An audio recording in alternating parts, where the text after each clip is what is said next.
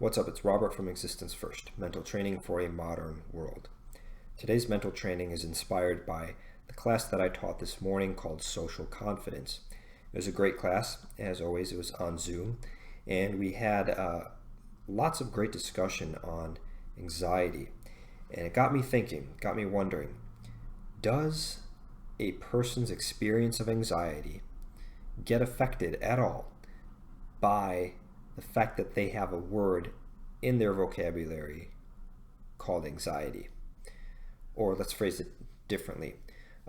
You've got two individuals, let's say a 3-year-old child and a fully grown adult. The child doesn't really know the word anxiety, but the adult does. They both feel anxiety. Is their experience of it any different by virtue of the fact that the adult has the word in their vocabulary? And I think that the feeling would be slightly different. I think it's a slightly different experience, and here's why. I think that attaching this sort of abstract word to whatever's going on kind of blurs things in a way. One of the topics that was discussed this morning was this idea of not knowing what to say, especially in a social context. And it's a situation we can all identify with, but as soon as we then tie it to a abstract concept like anxiety, I wonder if we're pushed farther away from the solution, or if the solution is pushed farther away from us. I mean, how do you solve something like anxiety? However, if it's simply a matter of not knowing what to say, then the solution is finding out what to say. Likewise with depression, and someone's maybe neglecting their daily responsibilities.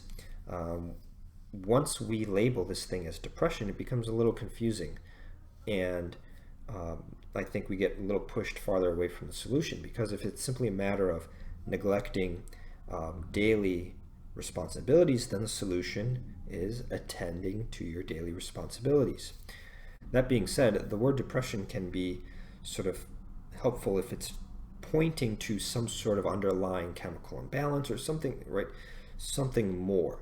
So the question, I think the golden test actually is, does the word actually add to the understanding, right? If we're going to create some big construct called anxiety or depression, it ought to add to our understanding and to our problem solving, not slow down our problem solving. And I think that the slowing down is what happens more often than not.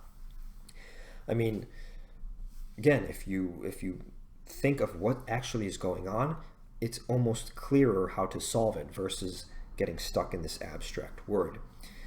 I think that one of the easiest ways to disempower a human being actually is to get them to stop thinking in terms of cause and effect, and to push them towards labeling and just these abstract categories, and getting them caught in words and language games, things like that.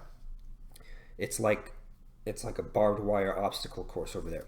But a human being is very empowered when they're thinking in terms of cause and effect, and when they're thinking of, how do I solve this problem? What do I know? What are the knowns? What are the unknowns? What's been tried before? What can I try next? What would be the most logical thing to try next?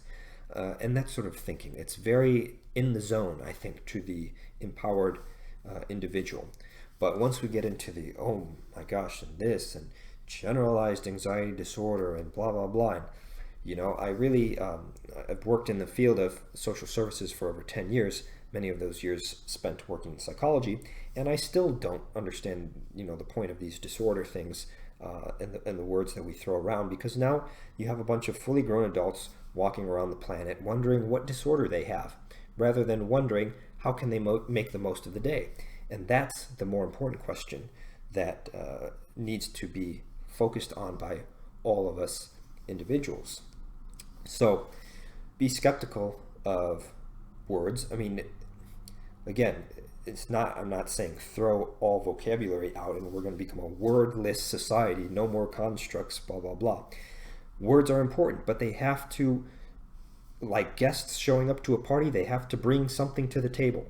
They have to bring some value. Otherwise, they don't belong in the house. All right, that's all for now. Think deeply and put your existence first.